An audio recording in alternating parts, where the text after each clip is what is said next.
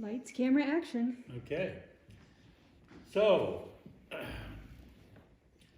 this is the story of my arrest in Story County in 1974 when the sheriff was Jim Miller, scourge of the counterculture, and he had been known for arresting anybody that had long hair or whatever. And I was a student at the time at UNR, living in Reno, and I was coming up here pretty frequently to see David, and that time I think Jan was living here as well.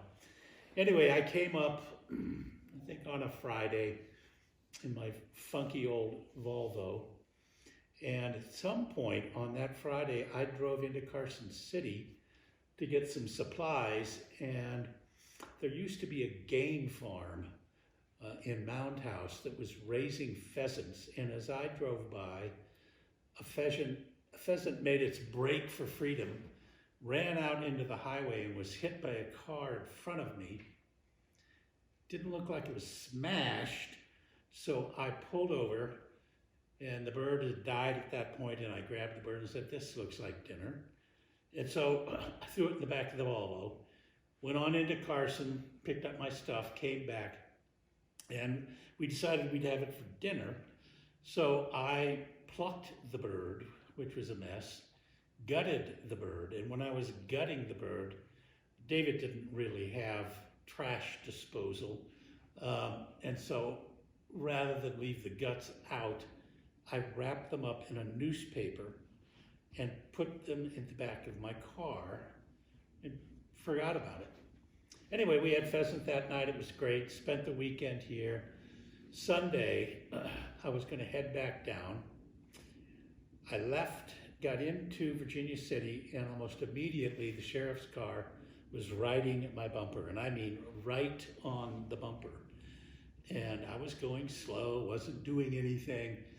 But finally, about halfway through town, I'm going, this is ridiculous. So I pulled over and waited for them to tell me what was going on. And Jim Miller gets out, comes up, tells me to get out of the car. I do.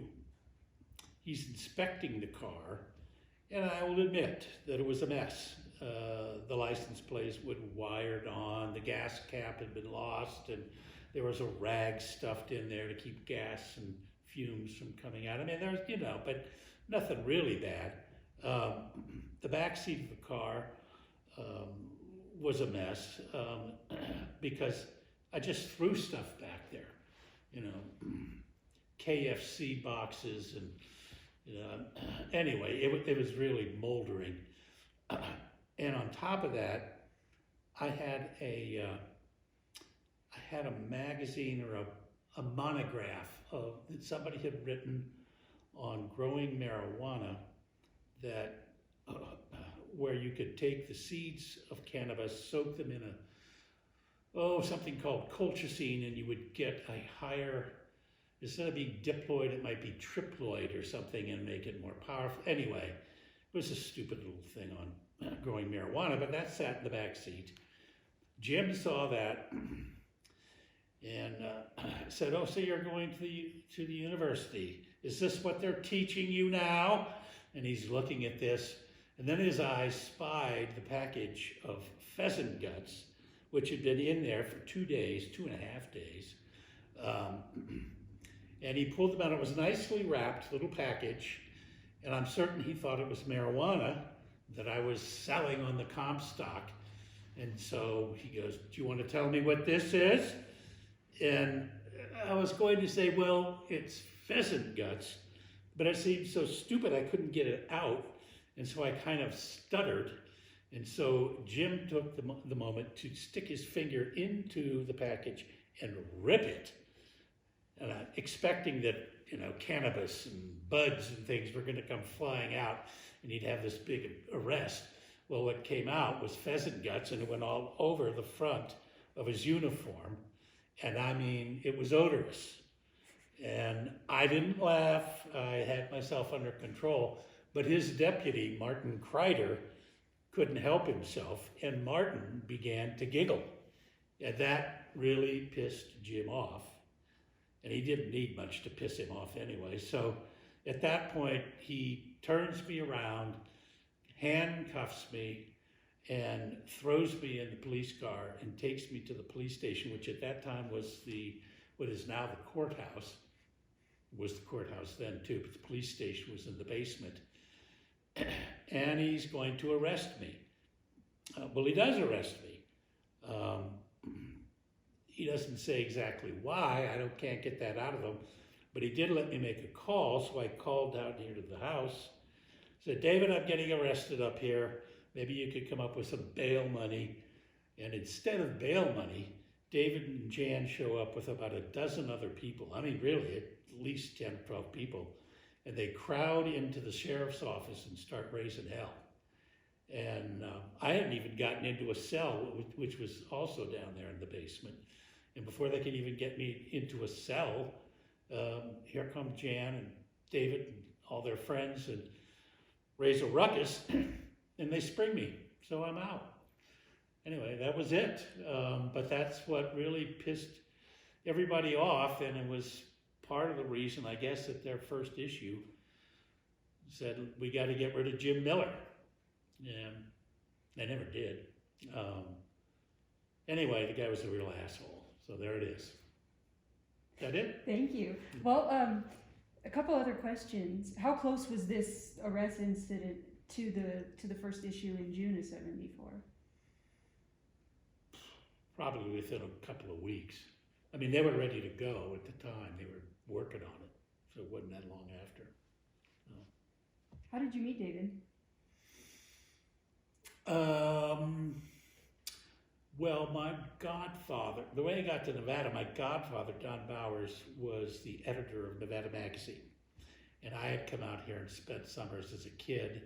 And Dave Moore and I came out, another kid from college, to work up at Harris Club. And I knew Dave, I had met David as a kid, I think, but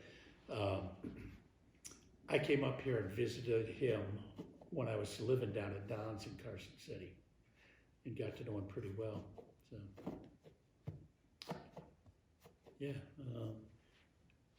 What else? What else can I tell you? Well, your lovely wife was an integral part of the news. Could you share a little bit about how you met and what it was like having well, I had met her at that point. Mm-hmm. In fact, she wasn't working for the paper at that point. But probably later that year, she and Jan, I think they called them the Magic Ladies, and they were going out and getting ads for the paper. So I met her here during that period. You know, I was very fortunate. So. What else? I seem to remember a few dispatches from Honduras, or at least people keeping up with what you guys were doing once you guys moved there. Well, yeah, let's see, I had left UNR, gone down to Davis, but I was in Davis for 3 years, so the news was still going on. But I was living down there getting a degree in tropical agriculture and a master's in agronomy. And towards the end of my getting the master's, I got interviewed by Castle and Cook, which was the company that bought the Standard Fruit Company, or Dole, and got an interview, got a job offer. Darlene and I flew to Honduras. I said she was my wife. She wasn't. Anyway, went down there for an interview, and I was sold. I mean, you know, Honduras, what the hell? Raising bananas? Come on. Mm-hmm. We don't want to do that. And later, just before we were to leave, I don't know that Darlene was still working for the paper at that time or not, but we were scheduled to leave. All our household goods had been packed up in big cartons. And I got a phone call from Castle and Cook saying, "Oh, we need your marriage license to get your wife her papers." I said, "Okay." And I was still at Davis at that time. I called Darlene. He said, "We have to get married." And I drove immediately up here. We went up to Virginia City, got married, got a license, and I sent it down to Castle and Cook. So it was kind of a marriage under duress, but as it turned out, it worked out fine. So. Very cool. How would you describe the Gold Hill News for someone who never had the pleasure of reading it? Well, it was a lot of fun to read. I mean, it was a delightful read. And every time it came out, you'd grab it, and its spin on stuff was right on the money. It could be very barbed, but it was also hilarious. I mean, the writing was a lot of fun. There was nothing like it. Nothing like it in Nevada. I don't know where you'd find another paper that even came close. I mean, it wasn't big, there were only about 6 or 8 pages. But it was just loaded with little tidbits and a lot of little gossip that if you lived here was, "Oh, I'm glad they said that," So it was a joy to read. Absolutely, and it still is at least for me. Yeah, Who, even if you look at the old issues. Yeah, even though I wasn't here at the time, it's still quite, Yeah. It's got an enduring quality to it. Some of the writing's so good that it makes it timeless. Well, and there were so many characters that were living here during that period, I won't even go into a lot of it, but there were just a lot of oddballs, and it was a lot of fun. If you went out drinking down at the Golden Gate or down at the end of the trail in Dayton, there was always something that was going on.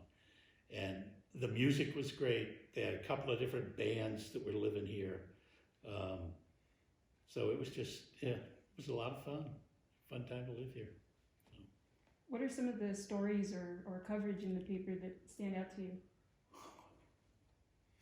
Oh, Jimmy Crandall's photo of the church down in Dayton being bulldozed. I mean, that was a knocker. I mean, that really. I mean, you've got a sign in front of the historic marker with a bulldozer crushing the church in the background. No other paper was going to run that. They didn't care. That was a pretty good one. Just the shenanigans that were going on in Story County. And that place is, they still do. But even then, it was corrupt, and nobody ever liked to talk about it. It was just kind of a given.